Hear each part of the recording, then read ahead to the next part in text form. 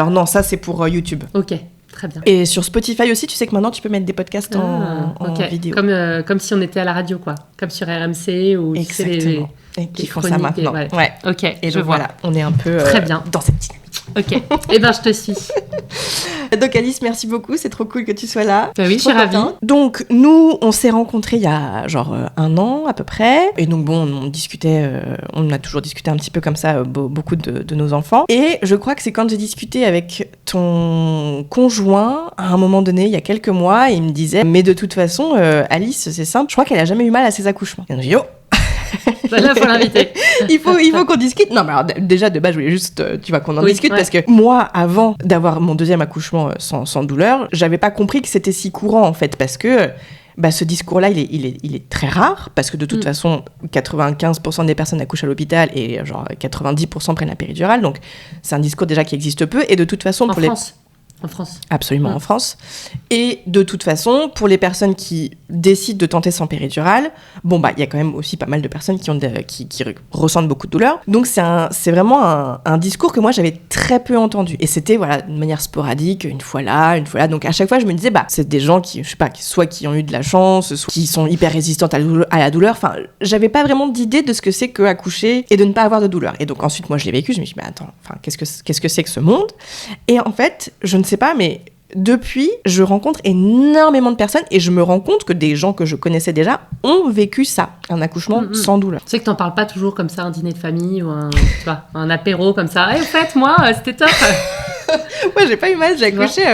Si t'en parles pas, les gens en parlent pas trop. Mais alors non, effectivement. Mais après, c'est vrai que moi, j'ai aussi un biais, comme c'est mon métier, et j'ai ce truc-là, donc effectivement, moi, j'en parle tout le temps, voilà. Mais effectivement, j'ai conscience que tout le monde ne fait pas ça. Et donc, ton conjoint me dit ça, et je me dis, fou, il faut qu'on se parle, et donc on est là. Très bien. J'ai plein de choses à raconter. Trop cool. Donc, toi, t'as 3 enfants. Ouais. Est-ce que tu peux déjà nous dire, c'était quoi ton cheminement, donc avant d'avoir des enfants, c'était quoi ton rapport à l'accouchement ? Est-ce que tu avais une peur de l'accouchement ? Est-ce que tu as vu des récits, je sais pas, dans ta famille, comment ça s'était passé ? C'était quoi ton vécu par rapport à ça ? Alors moi, mon vécu par rapport à l'accouchement, c'est que j'ai entendu souvent ma mère nous parler de nos accouchements en disant que c'était rapide, que c'était hyper chouette, que c'était génial, que c'était trop bien. Okay. Mais je me suis rendu compte a posteriori qu'en fait, elle avait une péridurale. Donc il y a une partie de moi qui était genre, oui, merci, mais après, tu peux avoir mal et ça peut être douloureux même avec une péridurale. Je pense que c'est pas... voilà. Mais du coup, moi, je suis pas arrivée à mes accouchements... en tout cas, je suis pas arrivée dans la phase où j'ai envie d'enfant en ayant peur de l'accouchement. On n'en parlait pas beaucoup en vrai. Et j'avais pas de copines qui avaient eu d'enfants. On en avait très peu parlé avec les quelques-unes qui avaient eu des enfants. Et puis en fait, moi, j'ai toujours su que je voulais des enfants. Je sais qu'on entend beaucoup ces sujets de la maternité n'est pas évidente pour tout le monde, c'est pas. Mais moi, en l'occurrence, j'avais une sorte d'objectif dans la vie, c'était d'avoir un mari et d'avoir des enfants, quoi. C'était je savais que j'aurais des enfants. Donc la question n'était pas de est-ce que j'ai envie, j'ai peur d'avoir mal ou quoi. C'était plutôt en fait j'aurais des enfants et je ferais tout pour que ça se passe bien. Et je me suis pas posé la question de comment j'allais accoucher jusqu'à ce que je sois enceinte. Okay. Et en fait, quand j'étais enceinte, j'ai discuté tout. En fait, moi, je l'ai su tout de suite que j'étais enceinte. Je l'ai senti avant même j'avais même pas de retard de règles. J'étais déjà. Je sentais que j'avais des seins de ouf et que j'étais hyper essoufflée. Donc j'ai été faire un test de grossesse alors que j'avais pas de retard de règles. Alors je sais que c'est pas hyper fiable, mais il s'avère que c'était positif. Et donc j'en ai parlé. Avec mon mari, on a décidé d'en parler rapidement parce qu'on disait que même s'il y avait des fausses couches, on avait envie d'être entourés. On n'avait pas envie de cacher ce bonheur qu'on ressentait par peur qu'il puisse y avoir quelque chose de dramatique qui arrive. Et donc on en a parlé tout de suite en fait. Même le soir où je l'ai annoncé à mon mari, on allait à un dîner, on en a parlé direct avec tout le monde, quoi. Et donc c'est tout le monde à qui on en a parlé. Il y a une amie à moi qui connaissait le Calme, donc la maison de naissance dans laquelle j'ai accouché dans le 12e à Paris. Et en l'occurrence, elle m'a dit, elle a dit à mon mari et moi, elle a dit, mais allez, regardez le Calme, je suis sûre que ça va trop vous plaire. Et c'est vrai qu'avec mon mari, on a une approche quand même de la médecine où on se dit, la médecine, c'est quand on est malade, c'est quand les médicaments, c'est quand ça va pas bien. Et on est plutôt du genre à pas trop prendre de médicaments. Alors moi, j'étais très médecine douce, donc de toute façon, j'étais plutôt dans cet état d'esprit-là. Mais j'avais même pas conscience que ce genre d'endroit existait et que c'était possible d'accoucher ailleurs qu'à l'hôpital. Mais quand j'ai vu le Calme, Je me suis dit, je ne veux accoucher nulle part ailleurs. Et il y a un truc en moi qui s'est dit, je n'accoucherai pas ailleurs. Et sauf au calme, il faut être pris quand même, parce que c'est très demandé. Donc comme on l'avait su tôt, on en a parlé tôt, je l'ai su tôt, on a été à la réunion d'information le premier mois. Donc en l'occurrence, on n'a pas été pris tout de suite, il y a eu un désistement et donc on nous a rappelé. Donc là, on a eu l'impression de gagner au loto ce jour-là. C'était vraiment ouf, notamment parce que du coup, une fois qu'on a eu notre premier là-bas, on a eu le deuxième et le troisième là-bas aussi. Et c'est que souvent, les gens rencontrent le calme après un premier accouchement qui s'est pas forcément bien passé et s'intéressent à ça. Alors que moi, j'ai connu ça tout de suite. Et j'ai découvert, donc en étant en calme, avec cet accompagnement global en fait, avec la sage-femme tout le long du parcours, on a vraiment un rendez-vous par mois. En l'occurrence, on avait une sage-femme très bavarde, donc les rendez-vous duraient 1h30, parfois 2 heures. Donc on avait le temps de se dire plein de choses. Elle nous a recommandé plein de livres et on a parlé des sensations de l'accouchement. Et donc j'ai lu plein de livres, notamment Hypnonaissance, la méthode Mongan, où eux ils disent faut pas parler de douleur mais de sensations. En fait, en fonction du vocabulaire que tu utilises, ça détermine ce que tu ressens. J'ai lu aussi le guide de l'accouchement naturel d'Ina May Gaskin. Et en lisant ces 2 livres, j'ai comme une sorte de révélation en fait qu'on pouvait accoucher sans douleur, que ce qu'on voit dans les films c'est pas vraiment la réalité d'un accouchement et puis que c'était possible. Donc moi il y a une partie de moi qui se dit moi j'aime bien faire les choses pour la première fois, j'aime bien faire les choses que les gens ne font pas d'habitude et en fait dans ces moments-là quand je fais les choses pour la première fois que personne d'autre ne les fait, je suis au top de moi-même. C'est les fois d'après en fait qui sont compliquées pour moi, mais la première fois est toujours assez waouh. Enfin j'adore ça, la découverte, l'exploration et donc j'ai lu plein de choses, on a fait de l'aptonomie, j'ai fait du yoga prénatal, même s'il faut pas le faire en même temps que l'aptonomie, mais moi j'avais envie de faire les deux. J'ai fait de l'acupuncture parce que j'étais tout le temps suivie en acupuncture, donc mon acupunctrice m'a suivie. Donc en fait j'ai une sorte de 9 mois où j'étais comme un marathonien qui se prépare à faire un exploit physique. Et moi on m'avait dit accoucher c'est comme faire un marathon, enfin ça te demande de puiser dans tes ressources, ça te demande, c'est épuisant, donc t'arrives pas à un marathon sans t'être préparé. Un accouchement c'est pareil, il faut te préparer la tête, le cœur, le corps, faut être bien en phase avec ton conjoint, faut être bien aligné avec la sage-femme, faut connaître ton corps, voilà. Et là où j'ai eu de la chance, c'est que mon aptonome était incroyable, ma prof de yoga était incroyable, et en fait tout le monde était aligné en fait sur se connecter à son corps, être dans le souffle, être dans ses ressentis, guider l'enfant. Donc j'ai vraiment eu l'impression de vivre une quête incroyable qui a amené à mon premier accouchement, où en effet, le lendemain de l'accouchement, je me suis demandé à quel moment on demandait la péridurale. Parce que moi, je n'ai pas vécu un accouchement. Alors, c'était éprouvant, je peux vous raconter. C'était vraiment physiquement intense, éprouvant et... j'ai pas envie de dire dur parce que je l'ai pas vécu comme un moment dur, mais c'était vraiment éprouvant. C'était un effort, quoi. C'était un exploit qu'il y a eu, que j'ai fait, mais j'ai pas eu mal. Et ça, c'était quand même assez déroutant. Et juste avant de revenir sur celui-là, du coup, mon deuxième accouchement, je me dis, premier accouchement, bébé de 4,3 kg, sans péri, sans avoir mal, 4,3 kg. Je me suis dit, le deuxième accouchement, là, je vise l'accouchement orgasmique. Alors, je sais pas si quelqu'un est déjà venu témoigner de ça. J'ai découvert ça, je me suis dit, waouh, j'ai envie, ça me donne envie, quoi. En même temps, c'est un peu gênant aussi, et c'est pas du tout passé comme ça. J'ai eu mal, j'ai su pourquoi on demandait la péridurale. Bon, j'ai eu mal la dernière demi-heure, c'était pas tout le long. Et pour mon troisième aussi, il y a eu la période de peur, là, la désespérance. Désespérance. Je l'ai bien vécue, celle-là, les 2 fois. Puis après, une fois que le bébé était engagé, c'est bon, et ça s'est très bien passé à chaque fois. Et des bébés plus petits ? Des bébés plus petits. Incroyable. En plus. Alors souvent, on te dit... c'est gros bébé, ça passera pas. Premier gros bébé, les autres seront des gros bébés. Tout le monde avait peur que je fasse un diabète gestationnel. Pas du tout. Enfin, c'est juste que mon mari et moi, on est grands. Et donc, on a fait un grand bébé, quoi. Voilà. Bah ouais, c'est clair. Et donc, ton premier, tu dis qu'il était hyper éprouvant. Est-ce que tu peux nous raconter ? Donc, tu as été à terme ? Alors, c'est un peu le biais de mon histoire. C'est que, en fait, comme c'était un gros bébé et qu'au calme, ils veulent pas prendre de risques inutiles pour la mère et l'enfant, la sage-femme était assez en alerte quand même sur la taille du bébé. Parce que qui dit gros bébé dit plus de risques de complications. Et il y avait eu un accouchement avant le nôtre qui avait été un peu compliqué. Donc, ça avait fait un peu stresser la sage-femme. Et donc, elle m'a dit 5 jours avant le terme ou 1 semaine avant, elle m'a dit, écoute, je pense que ce serait raisonnable de pas aller jusqu'au terme. Okay. En revanche, si t'es déclenché chimiquement, faut aller au calme, faut aller au bleuet, c'est le motif de transfert. Donc, est-ce que ça dit qu'on tente des déclenchements naturels avant ? Je dis pourquoi pas. Puis là, à ce moment-là, il y a une autre sage-femme qui passe, on parle de ça. Puis là, on se dit tiens, moi j'ai un remède de grand-mère à base d'huile de ricin. Moi, je me dis ok, go quoi. Moi, je connais pas. Donc nous voilà avec mon mari un soir. J'avais rien lu. J'avais mon remède que mes sages-femmes m'avaient donné. Ouais. Alors je sais pas si de leur côté, elles raconteraient la même histoire, que c'était génial, parce que peut-être qu'elles se disent mince, on n'aurait pas dû et tout. Enfin peut-être qu'il y a eu d'autres choses de leur côté qui s'est passé. Mais moi, je parle de mon témoignage, mon expérience. C'est que à 20h avec mon mari, on s'est dit, allez, on va se faire le petit cocktail. Allez, ça serait bien que ça soit maintenant. Et donc là, moi, on avait acheté les ingrédients. Donc, on a mis 2 cuillères à soupe d'huile de ricin, on a mis un peu de jus d'abricot, on a mis un peu de poudre d'amande, un tout petit fond de champagne. Enfin, ça faisait vraiment la potion de grand-mère. Ouais. Donc, pour moi, on n'y croyait pas du tout. On s'est dit, allez, ça nous faisait marrer. On s'est dit, c'est comme quand on dit, fais l'amour, t'auras ton enfant. Enfin, ça déclenche l'accouchement. Pour certains, oui, quand c'est prêt. Et puis pour d'autres, non. Exactement. Tu peux marcher de 8 heures, ça te déclenchera pas ton accouchement. Quand d'autres, tu fais 3 pas, ça le déclenche. Donc, on y allait vraiment à la cool, en mode, allez, ce serait trop drôle que ce soit maintenant et tout. On se sent prêt. Donc, on boit notre petit cocktail. Puis il se passe rien. Sauf que, en fait, pour ceux qui savent pas, l'huile de ricin, ça te tord les boyaux. Et parce que ça te tord les boyaux, ça fait travailler l'utérus, donc ça déclenche l'accouchement. Mais ça te tord les boyaux, c'est-à-dire ma première. Donc, normalement, faut en prendre à jeun et faut en prendre en début de journée quand t'es en forme. Donc nous, on s'était fait genre le gros plat de pâtes, on avait, c'était le soir. Enfin, mais moi je m'étais toujours imaginé accoucher la nuit, donc ça m'allait bien. Et donc j'ai passé quand même la première heure de mon travail. Ça a été directement très intense et je l'ai passé aux toilettes. Ouais. Vomissements, diarrhée.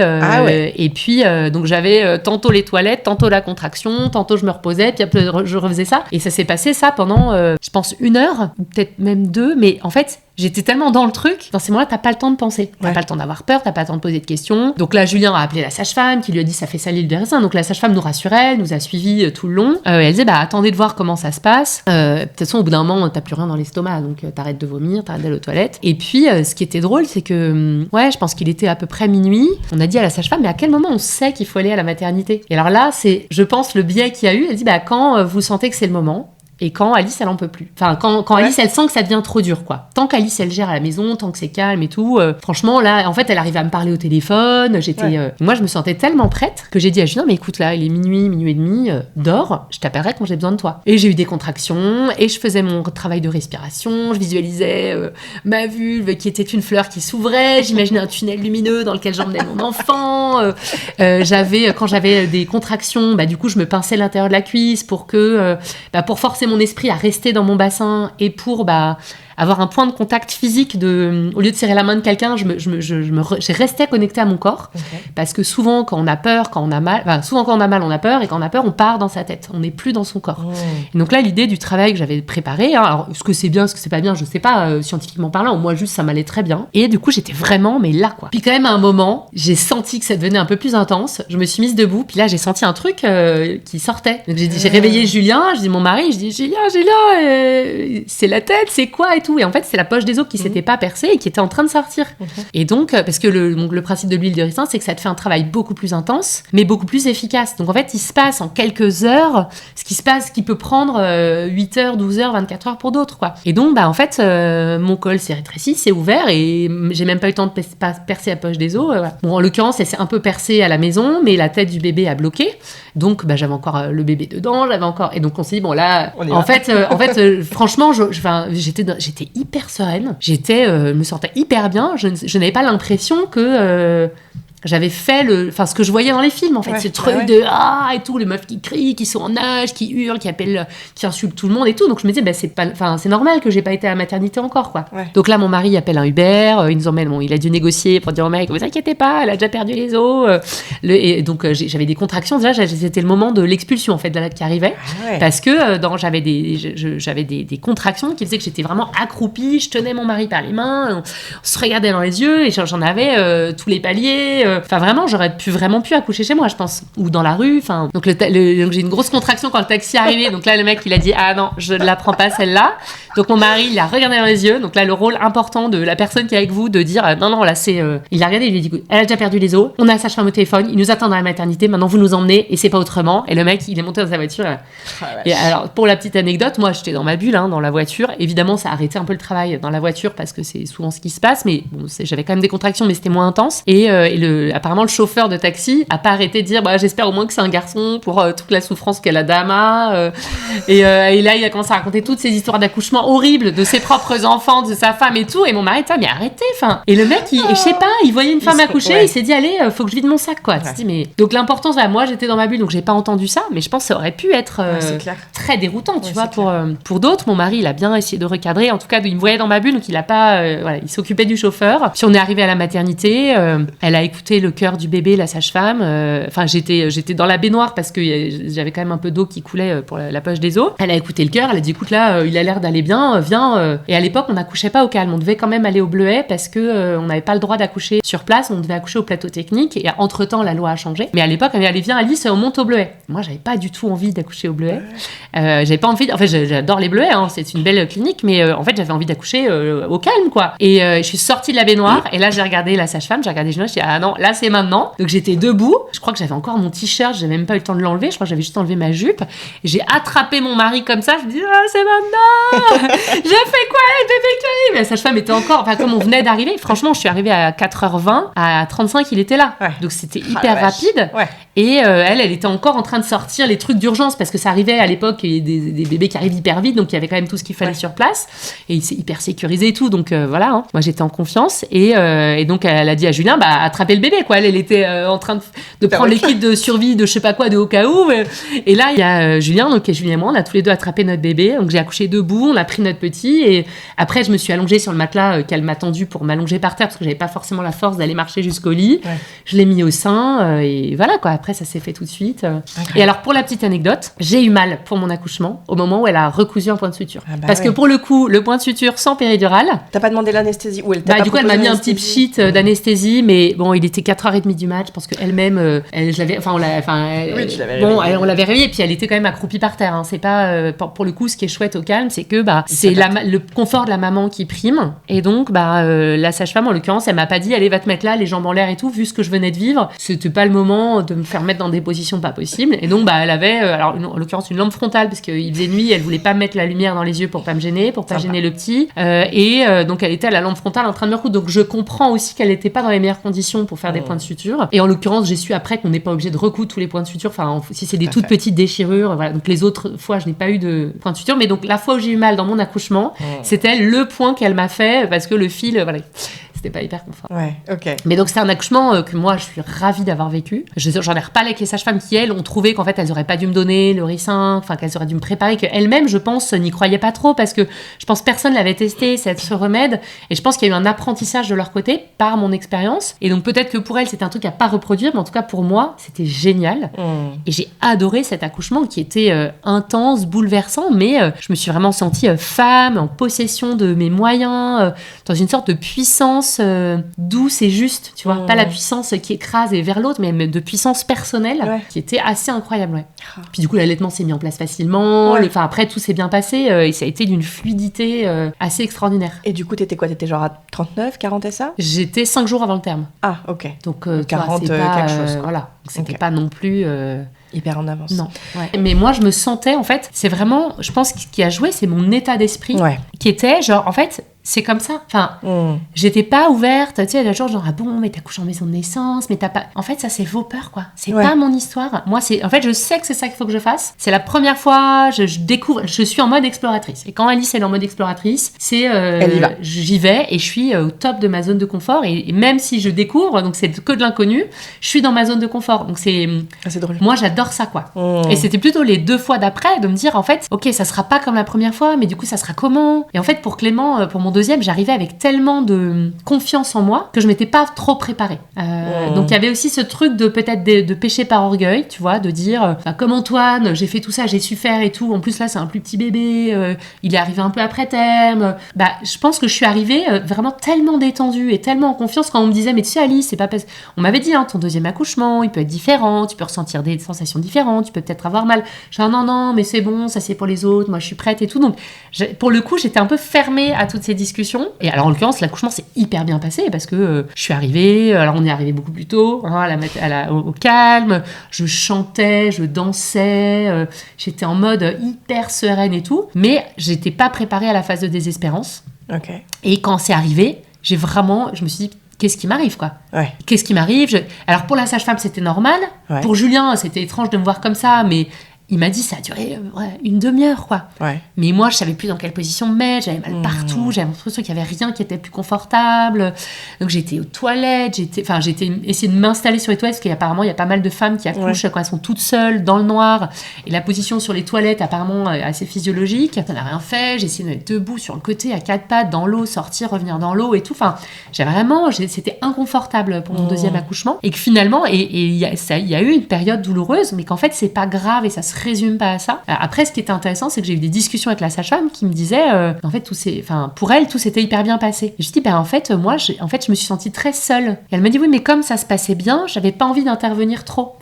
Je dis, mais en fait, c'est pas parce que ça se passe bien qu'on n'a pas besoin que les gens nous disent que ça se passe bien, que c'est normal, que tout va bien. Et mon troisième accouchement, pareil. Donc la sage-femme me dit, mais comme tu gérais hyper bien, c'était pas la même, comme tu gérais hyper bien, j'ai pas eu l'impression que t'avais besoin de moi. Donc je me dis, c'est peut-être moi aussi qui renvoie ce truc de je suis forte, je gère, donc je dis pas que j'ai besoin d'aide, donc les gens m'aident pas. Mais il y a un peu aussi cette croyance de je dois intervenir que si ça se passe pas bien. Alors que le soutien psychologique de dire tu fais du bon boulot, oui t'as mal mais ça avance, oui t'as peur mais c'est normal. Et peut-être qu'elles m'ont dit, et je l'ai juste pas entendu parce que peut-être j'étais pas aussi dans le vraiment ouverte aussi à ça. Mais voilà, donc les 2 autres fois j'ai eu mal pendant une demi-heure, 1 heure, j'ai cherché des positions et tout, mais c'est vraiment sur la phase juste avant l'expulsion là, de désespérance. Mais vraiment, tout le reste de l'accouchement, j'ai pas eu mal pendant 24 heures, ou pendant 8 heures, ou pendant 2 heures, c'était très circonscrit. Ça, ils ont duré combien de temps tes autres accouchements ? Alors je trouve ça toujours difficile de savoir combien de temps dure un accouchement, parce que je sais pas à partir de quand tu comptes. Surtout si t'as pas de contraction douloureuse, effectivement. Donc, je sais pas, peut-être que t'es réveillée par une contraction. Enfin, je sais pas. Clément, il est né à 10h. Est-ce que c'était 10h45 ou 9h40 ? Je crois que c'était 10h45. J'ai pris des granules parce qu'il était après terme, donc je m'étais dit j'avais pas envie de refaire l'huile de ricin si je pouvais l'éviter quand même. Et donc j'ai fait des granules d'homéopathie. Alors je sais pas si c'est ça qui a marché ou pas, mais en l'occurrence j'ai eu des contractions qui ont commencé dès 16h, j'ai eu des contractions. Okay. Et il est né à 10h, 11h du soir. Donc, entre le début des contractions pas douloureuses et je suis arrivée à la maternité, il était 20h, quoi. Enfin, j'y suis. Okay. Donc, je suis restée 2-3 heures à la maternité avant l'accouchement. Donc, je sais pas combien de... Voilà. Ouais, tu saurais pas dire, ok. Mais en gros, c'est des accouchements qui ont tous duré moins de 6 heures, je pense. Ouais. Enfin, entre le début des contractions et l'arrivée du bébé. Ok. Et puis un retour à la maison le lendemain. Ouais. C'est ça qui est chouette aussi. Ah oui, non, mais ça n'a pas de prix. Ouais. Et comment ça s'est passé pour tes placentas ? Tu sais ou pas ? J'ai une délivrance. À chaque fois, ils étaient entiers. Ouais. C'est arrivé tout seul. Ouais. Ils t'ont pas fait d'injection d'ocytocine de synthèse ? Alors, j'ai eu l'injection d'ocytocine de synthèse pour mon dernier accouchement, parce que mon dernier accouchement, mon bébé, j'ai perdu les os et le liquide était teinté. Et donc ça, pour le coup, t'as pas le droit de rester au calme si le liquide est teinté. Donc, on m'a transférée. Mais le truc, c'est que je n'avais pas envie d'être transférée. Et donc, le temps que la sage-femme parte pour prévenir les bleuets, j'étais là genre, non, c'est maintenant. Donc là, j'ai une contraction de ouf. J'en ai une autre, c'est l'étage du dessus, les bleuets. Donc, en gros, on a une porte à traverser pour sortir de la chambre, un bout de couloir, un ascenseur, un bout de couloir et on y est. Ouais. C'est l'étage du dessus, littéralement. Donc, j'ai eu une contraction dans la chambre, une contraction dans l'ascenseur, une contraction sur le pas de la porte de la salle d'accouchement et ma fille est née sur le pas de la porte. Donc, j'ai été transférée à 1h10 du matin, à 1h16, elle était là. Donc, j'ai pas l'impression d'avoir été transférée, mais j'ai quand même été transférée. Et en l'occurrence, ils m'ont dit, on te met quand même le petit truc là pour au cas où il y a besoin de faire une perfusion. Ouais. Je ne sais pas pourquoi, ils imaginaient qu'il y avait besoin d'une perfusion, je pense que ça les a rassurés. Moi, je venais d'accoucher, j'étais pas vraiment en état de dire non, s'il vous plaît. Non, mais c'est le truc qui m'a le plus gênée dans tout mon accouchement, c'était ça. Ce petit bout de métal dans mon bras que je n'avais pas demandé. Et on m'a dit, c'est mieux d'avoir un peu d'ocytocine de synthèse. Je dis, mais pourquoi ? Et là, ma sage-femme, alors je n'ai pas compris pourquoi, m'a dit, mais si, tu peux, ça peut t'aider. Alors que j'avais toujours eu des délivrances de placenta naturelle, facile. Je ne sais pas pourquoi. Voilà. C'est leur protocole. Et puis, c'est fondamentalement, moi, de ce que je comprends beaucoup, c'est que le système médical, le système obstétrical, les soignants, les soignantes, ils ont peur de l'accouchement. Ils ont une peur intrinsèque de cet événement et pour eux le pire va forcément arriver, donc s'ils peuvent se prémunir de toutes les manières possibles. Alors pour le coup je sais pas si c'est les sages-femmes qui étaient là qui avaient peur ou si c'est juste un protocole parce que les assurances de l'hôpital, ça je sais, pour le coup je sais pas. Moi mes sages-femmes n'avaient pas l'air d'avoir peur, mais je comprends aussi qu'il y ait besoin de mettre des protocoles pour les cas où, et c'est vrai que mais moi en l'occurrence j'en ai pas besoin, donc j'aurais préféré qu'ils estiment si on a besoin ou pas l'individu. Voilà, et que je pense, moi j'ai eu l'impression que comme ils avaient rien fait, ils étaient en train d'installer le fauteuil quand j'étais en train d'accoucher par terre. Donc en fait, il y avait des sages-femmes autour de moi. Il y avait 8 sages-femmes, je sais pas, il y avait un nombre fou. Je sais pas pourquoi il y avait autant de monde. Tout se passait bien, je venais à peine d'arriver. Bon, mais je pense, je me suis dit, ils ont pas fait grand-chose, il faut un peu justifier pourquoi ils sont là, quoi. Moi, j'ai un peu l'impression que c'était ça. Comme si, moi, c'est ce qu'on m'avait toujours dit, hein, c'est le médical appelle le médical. C'est-à-dire, si t'es entouré de médicaments et que t'as mal à la tête, tu prends un médicament. Si t'as pas de médicament, tu bois de l'eau, tu fermes les yeux, tu dors, et en fait, ça passe.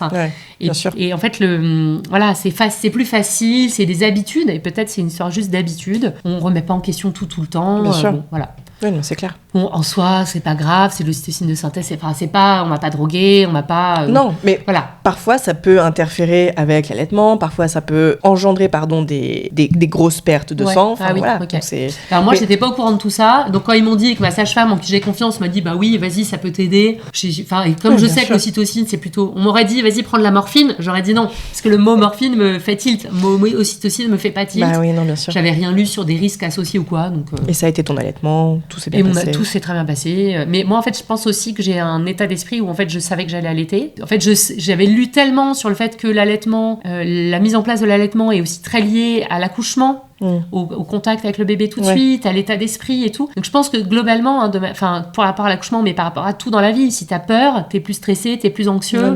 Et donc, ça vient perturber ce qui se passe normalement. Bien sûr. Moi, j'étais en confiance et tout. L'allaitement, en fait, je me suis jamais dit, ça va pas... je ferai si ça marche. Je me suis toujours dit, ça va marcher. Ouais.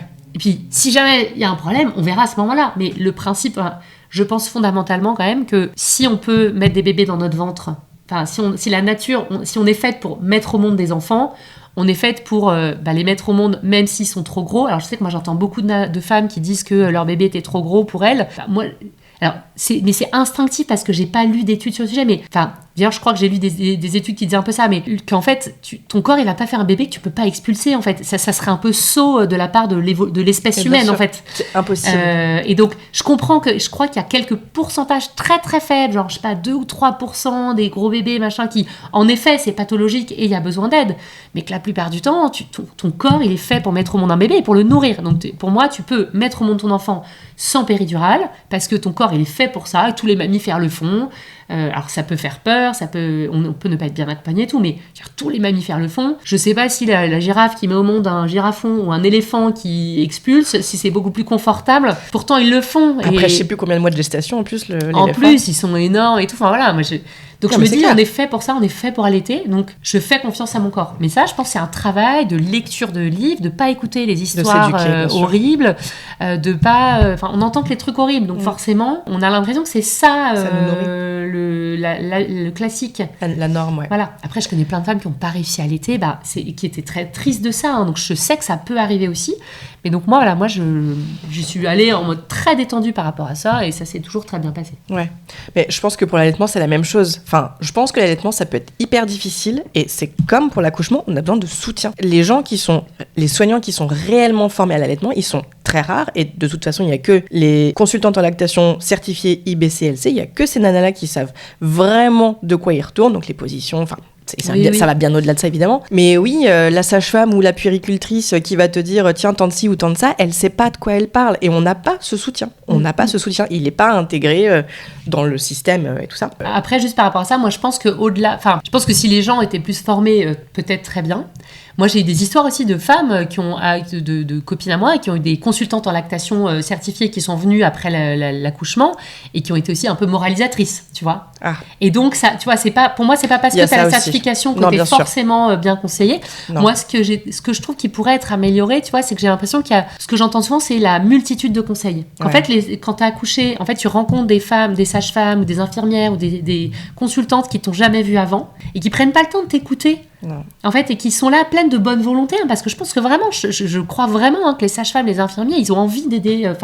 Ils font pas ces métiers-là, c'est tellement mal payé dans des conditions tellement dures. Clair. Tu fais pas ça si t'aimes pas ce que tu fais. Donc t'as la vraie volonté d'aider. Sauf que quand t'as pas le temps, parce que l'organisation te permet pas de passer du temps avec tes patientes, ou alors que en fait t'as ton chiffre qui se finit et que t'as 4 personnes en 2 jours qui passent te donner des conseils différents, les femmes sont paumées. Donc je pense former évidemment, mais qu'il y a aussi un truc peut-être plus structurel à mettre en place, d'avoir une référente et que se dire, il n'y a C'est ça. qu'une femme qui te parle d'allaitement. Il n'y a c'est pas clair. 4 femmes différentes Non, c'est clair. qui te disent que tu fais mal, alors qu'en fait, tu es en train de faire ce que la femme d'avant t'a dit. Ouais. Et donc, moi, j'ai l'impression que quand ça se passe mal, c'est qu'il y a souvent ces conseils et contre-conseils multipliés, pas forcément sollicités, qui Complètement. viennent perturber la femme. Et souvent, les femmes n'ont pas assez lu aussi sur le sujet, parce que tu te prépares à ton accouchement, si tu es préparé, mais pas trop à l'allaitement.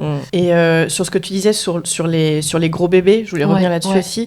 En fait, oui, il y a des gros bébés qui ne vont pas réussir à passer, les dystociés et tout ça, mais c'est toujours pareil, c'est dans des contextes qui sont médicalisés. Oui, mais très spécifiques, quoi. T'es allongé sur le dos avec une péridurale, tu peux pas bouger, ton bassin il s'ouvre pas, ton bébé il reste coincé. Et d'autant plus s'il est gros. Mais si t'es en pleine liberté de mouvement, personne te saoule, personne te... Voilà. Ouais. Bah, ton bébé, il passera... des naissances comme ça de gros bébés sur des personnes fluettes, ça existe tout le temps, quoi. Et j'avais aussi une question, tu disais, donc t'as perdu les os donc pour ta 3e, et on a vu que les liquides étaient teintés. Ouais. Et ta bébé, elle est née combien de temps après ça? Après qu'on soit rendu compte de ça? Ça s'est passé hyper rapidement au final. Je pense qu'elle est née après 20 minutes, quoi. Ouais, c'est ça. Mais en fait, le truc, alors là, oui, c'est intéressant aussi, c'est que pour mes 2 premiers accouchements, à aucun moment, on a ausculté mon col. Ah, c'est cool. Si, elles l'ont fait à la fin pour vérifier. Enfin, je pense que ça a dû être fait, mais encore, je suis même pas sûre. Mais en tout cas, pendant mon accouchement, il n'y avait pas besoin. Ça s'est fait tout ça. Bon, le premier, je suis arrivée, j'ai à peine eu le temps de poser ma valise et hop, c'était là. Et le deuxième, il n'y avait pas besoin. Donc, parce qu'en fait, il y a d'autres signes qui montrent que le bébé progresse. Tu connais bien ça. Mais ma dernière, à un moment, j'avais vraiment l'impression qu'il fallait que je pousse. Mais justement, moi, j'avais l'impression qu'il fallait que je pousse.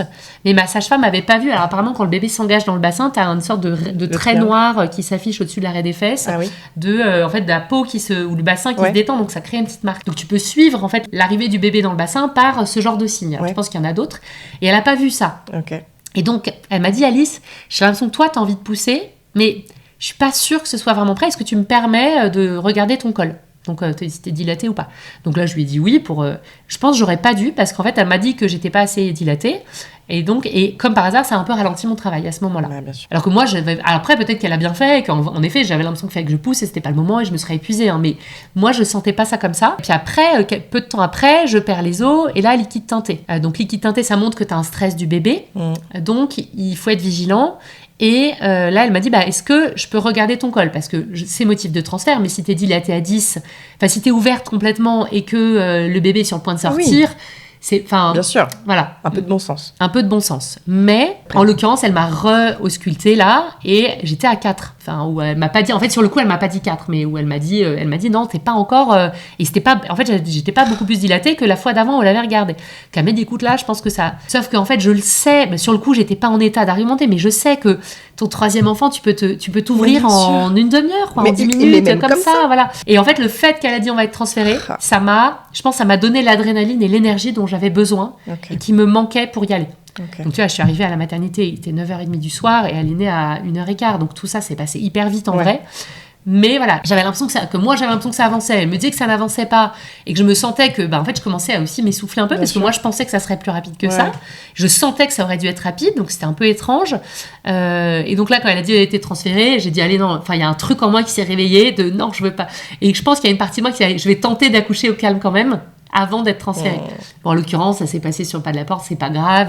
Mais le mental. Mais le mental, ouais. Le mental, l'envie d'accoucher là, ça a vraiment beaucoup joué. Et puis de te dire, non, ça y va pas, punaise.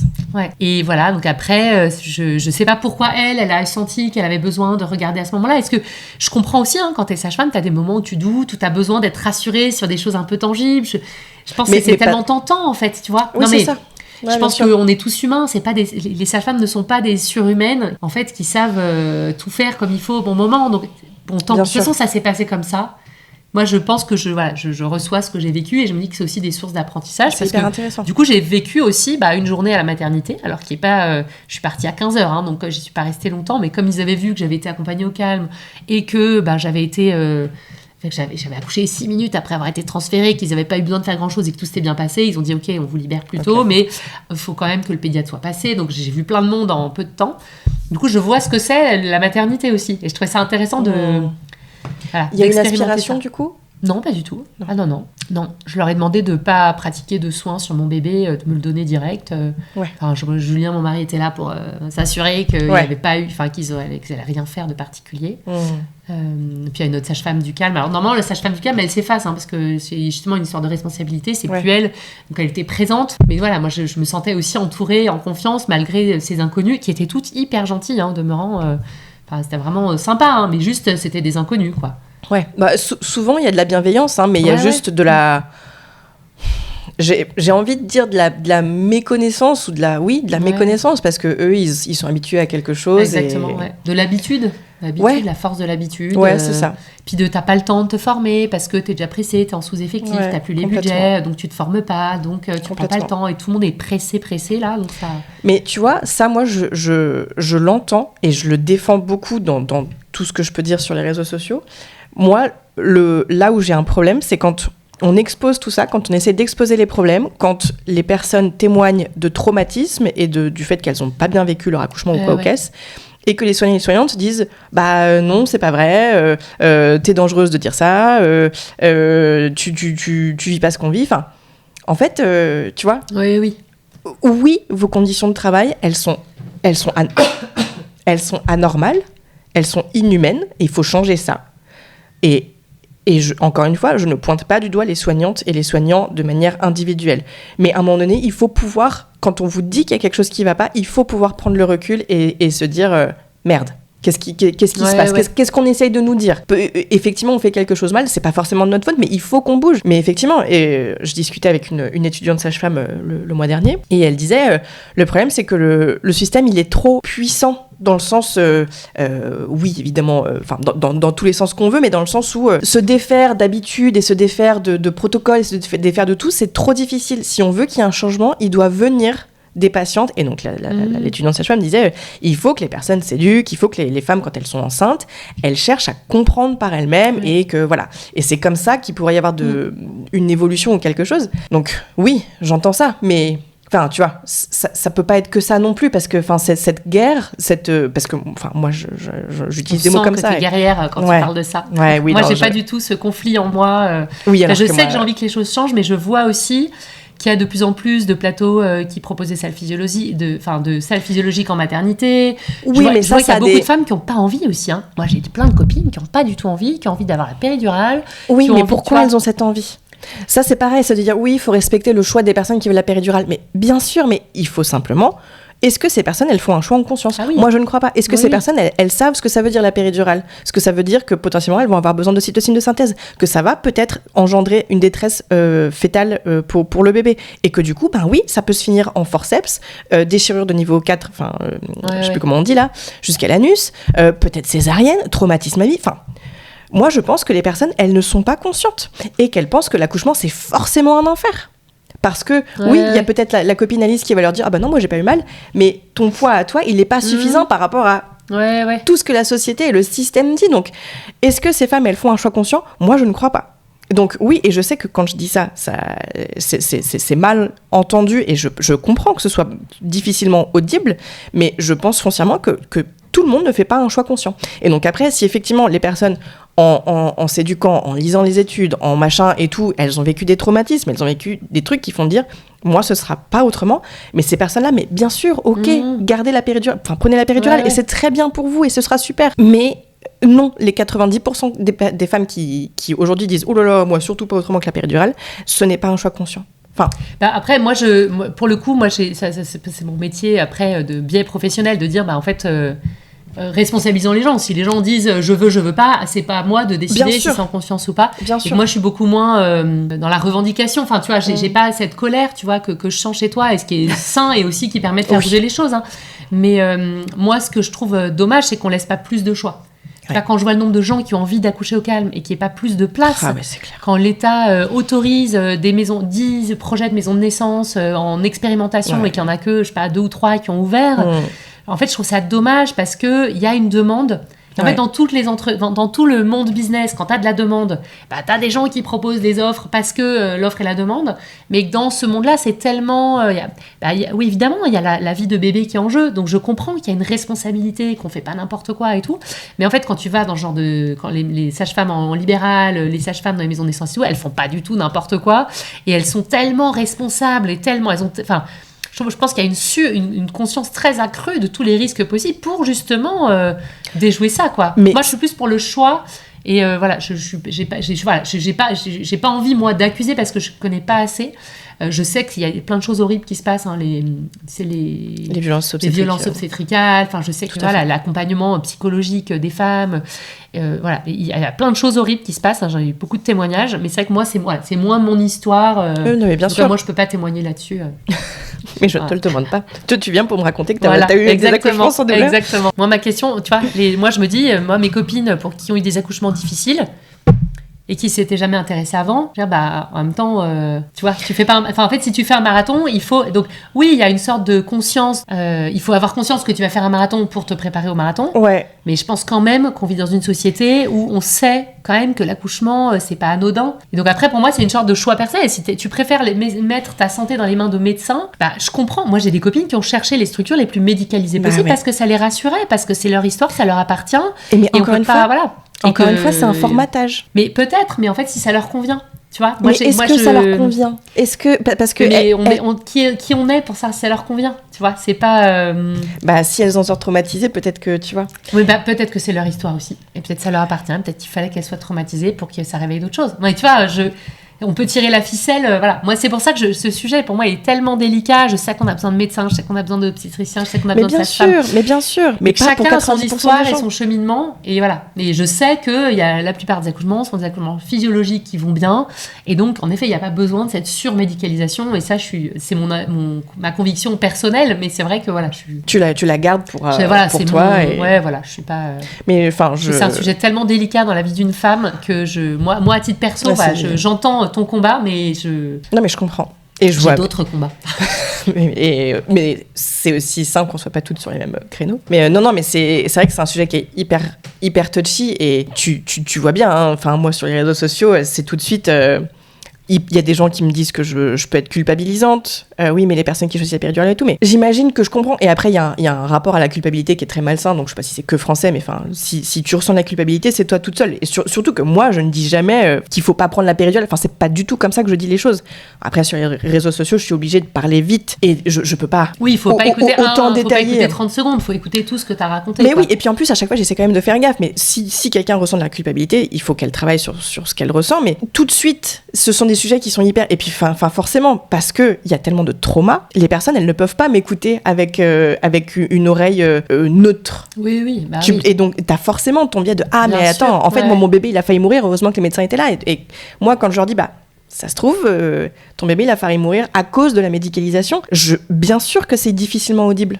Et donc, c'est clair, c'est hyper compliqué. Mais bon, moi, c'est mon chemin. Voilà. Non, mais tu vois, moi, je trouve ça génial, en fait, que chacun ait son chemin. Et de se dire, tiens, là, dans ton histoire, voilà ce à quoi j'adhère, voilà ce qui me gêne, tiens, pourquoi ça me gêne. Mais bien sûr, et c'est ça qui est cool. Profiter de tout ça pour nourrir sur son propre chemin. Et on peut pas être d'accord sur tout. Et c'est un truc aussi que nourrissent les réseaux sociaux. Moi, j'essaie de faire un peu autrement. Mais c'est que tu peux pas aimer 100% une personne. Enfin, comme mon mec, je l'aime pas à 100%. Il y a des trucs qui me saoulent chez lui. Chez mes enfants, je mourrais pour mes enfants, mais c'est vrai qu'il y a des trucs qui sont relous chez mes enfants. Bon, c'est pareil. Moi, je dis des trucs, on n'est pas d'accord 100%, et c'est normal, et c'est sain, et c'est ok.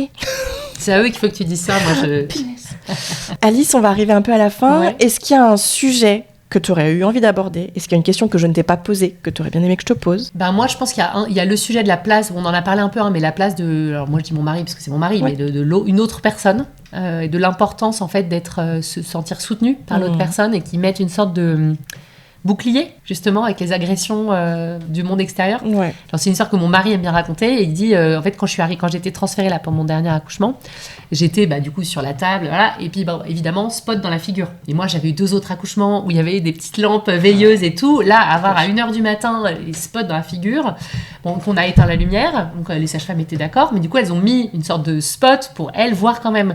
Sauf que le spot m'arrivait dans la figure au début. Et donc mon mari a dit, attendez, là, elle est gênée, Enfin, je venais d'avoir mon bébé et tout. Il a dit, attendez, là, on va le décaler un peu. Donc, il a décalé le spot. Et la sage-femme me dit, bah non, nous, on en a besoin pour travailler. Bah oui, mais en fait, ma femme, là, elle est éblouie. Donc, et donc, il y a eu une sorte de... Alors, ça a duré 4 secondes, de la main. Il dit, bah en fait, moi, j'en ai besoin. Mais du coup, il s'est mis devant moi. Comme ça, il y avait quand même la lumière pour les sages-femmes, mais il s'est mis devant moi pour bloquer. En plus, mon mari, il fait un bon blocage, mais voilà. Et du coup, c'était c'est ce genre ces petites attentions. Alors, en l'occurrence, moi, j'étais gênée, mais je pense qu'il m'aurait pas rappelé l'histoire, je m'en serais pas souvenu à ce point-là. Mais en tout cas, voilà, je trouve que l'état d'esprit dans lequel il est, de dire au chauffeur de taxi, bah non, là maintenant, c'est ici maintenant et tu fonces. Là, voilà, je sentais que je pouvais, ce que je dis souvent, débrancher ma tête. Je lui ai confié ma tête, je lui ai confié l'organisation, la logistique, tous les trucs qui me ramènent à la vie du quotidien. Et j'étais 100% dans mes sensations, dans mon corps. Je pense que j'ai un peu moins réussi à débrancher ma tête pour mon deuxième accouchement. C'est pour ça que j'ai eu un peu plus d'appréhension aussi. Enfin voilà, que j'étais un peu... au moment où il y a eu ces sensations un peu plus fortes, j'ai quand même un peu... Le mental est revenu plus vite que ce que j'aurais aimé. Mais voilà, je pense que la place de l'autre parent est importante pour bien vivre ces moments-là. Ouais. Voilà. Oui, c'est vrai. Et oui, qu'il arrive à rester... dans sa position et de pas se faire marcher dessus aussi. Exactement. Et c'est vrai, moi j'ai vécu ça aussi pour mon premier accouchement, donc j'étais à l'hôpital, j'étais aux États-Unis. Moi je voulais pas de péridurale, je voulais rien du tout, et on m'a allongée à la fin de l'accouchement sur le lit avant que mon bébé sorte parce que décélération du rythme cardiaque, c'était branle-bas de combat dans la pièce. On me disait qu'il fallait que je pousse parce qu'il fallait que mon bébé sorte, et il y avait, je sais pas, 60 personnes devant moi, c'était vraiment du délire. Mais beaucoup de bienveillance, mais c'était vraiment n'importe quoi. Et effectivement, je les voyais tous me regarder là comme ça, mon entrejambe, en mode allez. Et puis non mais c'est ça. Et puis ça sort pas là. Et en fait, donc moi j'ai pas vu, mais mon conjoint a vu donc c'était une obstétricienne qui est venue avec un, donc je dis scalpel à chaque fois, j'en sais rien moi de ce que c'était, mais avec un truc. Elle venait pour me couper et mon compagnon a dit par contre non en fait. Est-ce qu'on peut se parler? Est-ce qu'on peut juste être des êtres humains d'abord? De deux, elle a dit qu'elle voulait pas d'épisiotomie, donc enfin vraiment, est-ce qu'on peut se parler? Et donc, leur discours, il faut que le bébé sorte, on n'a pas le choix, je sais pas quoi. Donc, t'avais le choix, Roxane, t'aurais pu dire non. Non, évidemment que je peux pas dire non. Donc, évidemment que j'ai consenti à l'épisiotomie en disant, par contre, vous me faites une petite piqûre un anesthésion local, enfin, j'en sais rien, mais enfin, je peux sentir mon bébé qui naît, mais pas vous qui me découpez. Enfin, on n'est pas encore une fois, on est des êtres humains. Et donc, il a fait ce barrage parce qu'effectivement, je voyais pas que quelqu'un était en train de s'approcher de mon corps. On t'aurait pas prévenu, quoi. Allez hop, sans prévenir. Donc, le coparent, ou s'il n'y a pas de coparent, la doula, enfin quelqu'un, ou une mère, une sœur, une amie, c'est clair. C'est clair. C'est un moment de telle vulnérabilité. Puis très intime en fait. Mais bien quand même sûr. Exposé au regard. Enfin, encore plus quand t'es en maternité, quoi. Mais en naissance, on était 3 dans la salle, 3-4. Mais après, tu dis quand t'as été transférée, il y avait tout de suite. Mais moi, j'ai l'impression qu'il y avait 12 personnes. Peut-être qu'en fait, il y avait 4 personnes, je sais pas. Et de la même manière que je dis 60, mais ils étaient sûrement que 15. Mais... Et juste, en fait, j'ai ressenti qu'il y avait trop de monde. Bien sûr, c'est ça. Mais ça. parce qu'il y a celle qui amenait la lampe, t'as celle qui faisait le lit, t'as celle qui faisait ci, t'as celle qui faisait ça. Chacune avait sa place, mais je me dis, même pour elle, c'est tellement déshumanisé. Parce qu'il y a une personne, tout le soin de tout faire, elle sera beaucoup plus responsable, beaucoup plus engagée. De faire ce truc de taylorisme de l'accouchement, là, moi, ça me... Ah, tu vois que ça t'énerve un peu. Mais bien sûr, mais c'est pas un agacement que j'ai envie de partager, parce que je sais que ça appartient, tu vois, et que ta colère, quand tu racontes cet accouchement, je me dis, je vois d'où elle vient, cette colère, tu vois, mais que en fait, ça appartient à nos histoires. Voilà. Mais après, le truc, c'est que, donc, moi, maintenant, je travaille dedans, et donc, j'ai ma colère à moi, mais, enfin, moi, j'ai 50% de mes amis qui ont vécu une césarienne. Elles ne me donnent pas leur colère, mais, enfin, oui, c'est pas normal. Oui, ou ces personnes qui me disent qu'elles ont hyper mal vécu, qu'on leur a mal parlé, qu'on leur a retourné le bébé dans le ventre. Enfin, tout ça, ça nourrit ma colère. C'est évidemment que ça part de moi. Je sais même pas si ça part de moi en plus. Si, peut-être que ça part de moi. T'aurais pas eu ce premier accouchement, t'aurais sûrement un autre ressenti et que t'aurais, enfin, tu vois. Peut-être que il y aurait peut-être moins de colère, mais je pense quand même que c'est un combat qui doit être mené. Et je suis pas la seule à le combattre. Non, mais je suis bien d'accord. Non, mais je suis bien d'accord. Mais tu vois. Non, moi, je pense que les femmes savent accoucher et que c'est bien de leur redonner du pouvoir, enfin, de reprendre notre pouvoir en fait, de pas le remettre dans les mains même de sage-femme, parce que même si c'est une sage-femme qui est hyper douce et bienveillante, tu lui remets quand même ton pouvoir entre les mains. Et après, je comprends aussi que quand t'as passé 8 ans à te former à ça, en fait, t'as des connaissances que nous, on n'a pas. Donc, pour moi, je trouve ça intéressant d'être connecté au ressenti de la maman et à ce qu'elle sait intuitivement de son corps et de son expérience, et qu'il y a un dialogue, comme tu disais, avec un corps médical qui doit être au service de la femme et pas pas avant le ressenti de la femme. Complètement. Mais on vit dans une société où tout va vite, où il y a de l'argent pour rien, où il y a du temps pour rien, donc ça m'étonne pas non plus. Non. Et que moi, il y a une partie de moi qui suis moins en colère. Je l'ai été quand j'ai découvert tous ces sujets-là, mais de dire, j'ai tellement l'impression que c'est en phase avec la société dans laquelle on est, que j'ai vraiment l'impression d'être une petite fourmi qui tape sur le pied d'un géant, genre méchant, puis dire, écoute... Ouais. Donc, tu vois, je me dis, je vais avoir d'autres combats ou combattre à d'autres niveaux, tu vois, au niveau de l'individu, d'accompagner mes copines, prêter mes livres. Et ça aussi, il faut le faire, c'est clair. Voilà. Trop bien, merci Alice. Merci de m'avoir écouté. C'est chouette de reparler de ces moments. C'est vrai que quand les enfants grandissent, on parle de moins en moins quand même des accouchements. Donc, jusqu'à ce qu'ils soient en âge de 6 ans, envie de faire des enfants. Voilà. Sachant que moi, depuis quand mes enfants étaient dans mon ventre, j'ai pris un carnet. Alors symboliquement j'ai fait la forme du test de grossesse, j'ai dessiné le test de grossesse sur la première page et je leur ai parlé pendant leur grossesse pour qu'ils sachent aussi parce que je pense qu'il y a aussi un sujet de comment t'es portée, qu'est-ce qui se passe dans la vie de ta mère et de tes parents et de ta famille. Tu vois, moi, mes parents divorcés pendant que j'étais enceinte, je suis sûre que ça a un impact ça m'a impacté de fait, même si j'étais adulte. Et ça a impacté, évidemment, quand il y a des décès, quand il y a du chômage, quand il y a des déménagements, quand il y a ma sœur qui part habiter à l'étranger, quand je suis enceinte de ma fille, dont son mari est le parrain. Forcément, ça m'impacte. Et que je me dis, même s'il n'y a pas de trauma, même si l'enfant, ça n'a pas eu un impact concret dans sa vie, je trouve ça intéressant, moi, de savoir ce qui se passait dans la vie des parents. C'est clair. Au moment où on a été conçu, en fait, c'est quoi l'histoire de ma conception? Et puis après, du coup, je raconte l'accouchement le lendemain, parce qu'en fait, je trouve qu'au bout d'un moment, à force de raconter l'accouchement, on raconte l'histoire de notre accouchement, mais on raconte plus de notre accouchement. Ouais. Et donc moi, je l'écris comme je l'ai vécu le plus détaillé possible, avant même de le raconter à d'autres gens, pour pas trop biaiser. Mais quand bien même j'aurais pas fait, je l'aurais fait quand même après, même biaisé, je trouve que ça vaut quand même le coup. Puis après, j'écris jusqu'à ce qu'ils aient 2-3 ans. Alors là, avec 3 enfants, maintenant je fais un gros carnet pour vie de famille, pour raconter un peu tout ce qui se passe. C'est cool. Mais je trouve que pour l'enfant, c'est sympa. Et j'ai rencontré des femmes qui, à 18 ans, ont reçu un carnet de leur mère en disant, voilà, c'est le carnet de quand t'étais petite, j'ai noté tout. Et elles ont adoré. Ah ouais, et je me dis, c'est drôle parce que moi, je le fais pour mes enfants un peu spontanément, parce que je trouve que j'ai pas beaucoup d'infos sur moi petite de la part de mes parents, donc c'est aussi pour réparer ça. Et j'entends des gens qui, eux, ont reçu ça à 20 ans ou à 18 ans et ont adoré. Tu sais que je le fais aussi, mais j'arrive pas à écrire hyper régulièrement. T'écris quand, toi? Il y a des périodes où, quand j'avais qu'un seul enfant, Antoine, je faisais mon premier, il y a tous les 3 jours. Et puis après, il se passe rien pendant 1 an. Puis après, et en fait, je me suis dit, il faut pas que je mette de pression. Oui. Et donc, parfois, je reprends la plume, tiens, je vois que j'ai pas écrit depuis 1 an. Bon, là, voilà ce qui s'est passé pendant 1 an. Je résume. Voilà, le premier, j'avais mis tous les gens qui étaient venus le voir, tous les cadeaux qu'ils avaient offerts, les premières personnes à le porter et tout. Bon, ceux d'après, j'ai pas fait ça, les cadeaux de baptême et tout, j'ai pas... Bon. Voilà, chacun aura ce qu'il a et t'as des avantages à être premier et des inconvénients à être premier, ou dernier. Voilà, pour le mot de la fin. Trop bien, merci Alice. Merci en tout cas à toi et à tout le monde d'écouter. Merci à vous d'être là.